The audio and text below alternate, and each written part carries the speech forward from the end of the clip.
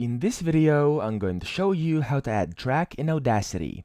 So, as you can see, I currently have no tracks inside Audacity, and let's say I want to record something, and I just press this record button over here, and I'm going to stop it. I now have the first track. However, if you want to get a new track, it will not work if you only press record. It will only add the audio to the current track, okay? And there's an easy way of how you can add a certain track.